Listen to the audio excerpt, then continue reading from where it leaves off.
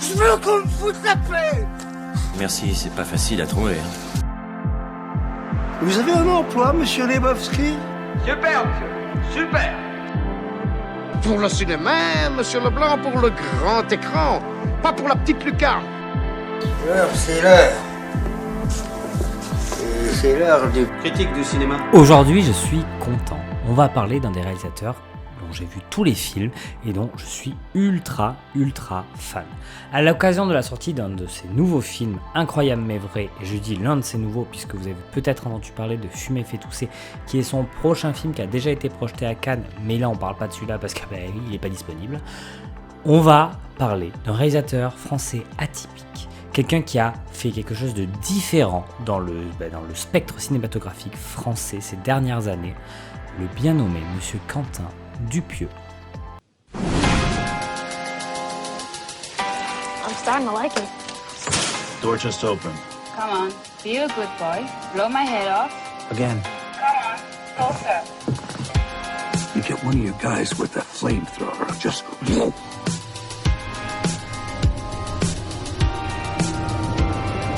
Anybody there?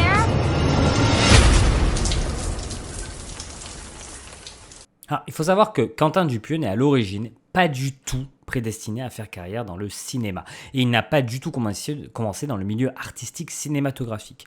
En effet, le monsieur s'est d'abord fait connaître par la musique et par deux biais. Son morceau Flat Beat et Vous êtes des animaux, que vous avez peut-être déjà pu entendre, qui sont des sons assez spéciaux, avec une vraie identité forte, et surtout ses collaborations avec le label Headbanger, ce label bien connu des fans d'électro, tenu par Pedro Winter, qui n'est autre que l'ancien manager des Daft Punk.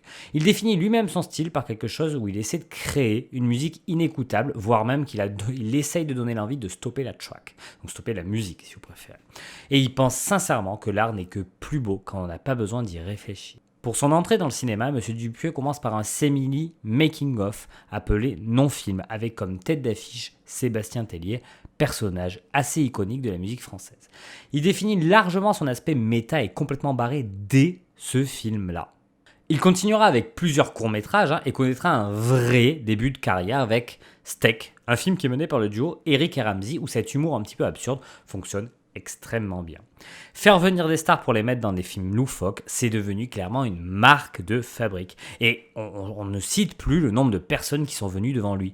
Poulvord, le Palmachot, Adèle Haenel, Jean Dujardin, Adèle Exarchopoulos, Marilyn Manson, Alain Chabat et plein d'autres. J'en ai oublié. Vous pouvez aller voir la liste, elle est monstrueuse. Et bientôt, vous aurez Magimel, Zadi, Chabat qui revient. Bref, et Anaïs Desmoustiers qui revient pour la deuxième fois. Et ça me fait extrêmement plaisir. Si je dois définir son style, je dirais qu'il penche vers la folie et explore toujours de manière différente le prisme cinématographique. Et aujourd'hui, on se lance dans l'exploration de son troisième film qui est Rubber et qui est sorti en 2010. Pour ceux, j'ai oublié de vous préciser une petite chose, donc je me permets de revenir là-dessus. Quand il était musicien, il ne s'appelait pas Quentin Dupieux, mais Mister Oiseau. Ça vous donnera peut-être un peu plus d'indications sur qui est ce personnage. Et donc aujourd'hui, on va parler de Rubber, et qui va nous parler donc dans le désert californien, des spectateurs incrédules assistent aux aventures d'un pneu tueur et télépathe, mystérieusement attirés par une jolie jeune fille. Une enquête commence. Quentin Dupieux aime nous amener vers des territoires inexplorés. Et dès les premières minutes de son film, il décide de nous questionner sur notre place de spectateur en explosant le quatrième mur. Celui-ci devra faire des efforts et vivre des moments qui ne sont pas simples, je parle bien entendu du spectateur, pour aller au bout de l'expérience Dupieux, ce qui en fait une véritable mise en abîme de sa propre œuvre. Le film n'est pas forcément malléable et plutôt compliqué au début, certes loufoque, un petit peu sympathique, mais pas si simple. Il arrive pourtant toujours à le faire avec ce grain d'originalité symptomatique de son cinéma. Et c'est bien là qu'on trouve l'une des grandes forces de ce film, arriver à nous donner beaucoup de choses connues. On parle de film de série B, on parle d'un personnage très stéréotypé, d'amourette, voire même d'une mise en abîme qui pourrait être déjà utilisée dans d'autres endroits. On voit large, mais toujours avec un petit grain de décalage d'humour et d'originalité.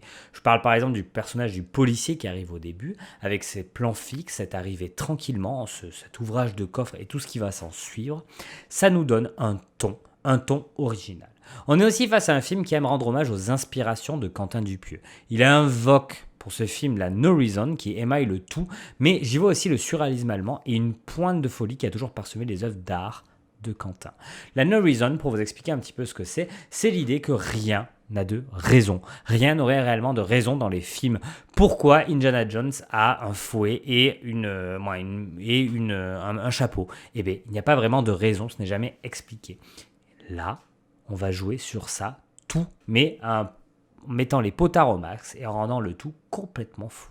Et il faut dire que Quentin Dupieux sait prendre à revers son spectateur. Et si aujourd'hui c'est devenu sa marque de fabrique, à l'époque, ça reste une vraie surprise. Il faut dire que la mise en scène qui est créée autour de ça a un petit peu perturbé le spectateur. Et puis, qu'on se le dise, l'aspect très foutraque du long métrage pourrait être une faiblesse. Le fait qu'ils veulent parler de beaucoup de choses en même temps et de créer un univers loufoque à souhait semble clairement un projet casse-gueule. Mais Monsieur Oiseau a une telle malestria qu'il arrive toujours à tenir la barre à merveille avec ce jeu de funambule qui nous crée toujours un bon film. Et ça donne au film cette aura surréaliste et clairement extraterrestre. Extraterrestre dans l'idée que je ne vois personne d'autre capable de mener à bien ce film avec une autre personne n'aurait pas la sincérité que peut avoir ce long métrage. Malgré tout, cette envie de tout mettre dedans est aussi une limite du film. Je dirais pas une faiblesse, mais vraiment une limite. À trop vouloir en mettre, certains segments sont inégaux et nous donnent moins de points d'attache, ce qui rend certains passages un peu longs. Je vous dis ça, mais qu'on ne se trompe pas. Rubber est une vraie expérience. Ça pourra vous laisser des marbres, mais c'est une vraie expérience cinématographique. Et si je devais donner une raison de découvrir ce film, elle est simple. L'univers de Dupieux est atypique. On se plaint trop souvent d'avoir toujours le même type de film. En France, des comédies françaises, ce qui est complètement faux. Mais bon, voilà. Aux États-Unis, des films de super-héros, au machin, truc, etc. Quentin Dupieux, ça ne rentre dans aucune case. Il est véritablement unique dans le cinéma contemporain d'avoir des œuvres comme ce que peut nous proposer Dupieux. Chacune de ces œuvres, c'est un petit beau bonbon qui nous amène dans un univers complètement à la renverse de ce qu'on attend. Ultra référencé au film d'exploitation 80s avec une touche franchouillarde, son cinéma va loin. Et dans Rubber, il n'est pas toujours très malléable de rentrer dans le film. Pas toujours simple à appréhender, mais ça sera une énorme erreur de le réduire à c'est n'importe quoi le cinéma de Quentin Dupieux. C'est un petit miracle de n'importe quoi qui nous donne à réfléchir. Et Rubber est véritablement le premier film où il se donne à 100% dans cette idée. Cycle qui se terminera avec le magnifique Réalité. Et depuis, il nous donne des petits bonbons assez bons, comme Le Dain ou comme d'autres choses, comme Mandibule récemment. J'espère vraiment que je t'ai donné envie de voir ce film et plus généralement envie de découvrir Quentin Dupieux. Je pense que c'est une bonne porte d'entrée. Celle qui serait peut-être un peu plus facile, ce serait son premier film réel, Steak, ou des films comme Le Dain, qui sont quand même assez simples d'entrée. Je te conseille après, si tu commences à en avoir vu quelques-uns, d'aller vers Réalité, qui est actuellement son chef-d'œuvre. Et moi, je te dis à vendredi pour qu'on parle d'Incroyable mais vrai, J'ai très hâte. Allez, à bientôt voyageurs. Pas trop fait engueuler, on dirait. Figurez-vous qu'on a un destin. C'est la fin du cinéma. Je dis ça depuis 50 ans, mais je crois que le cinéma existera toujours.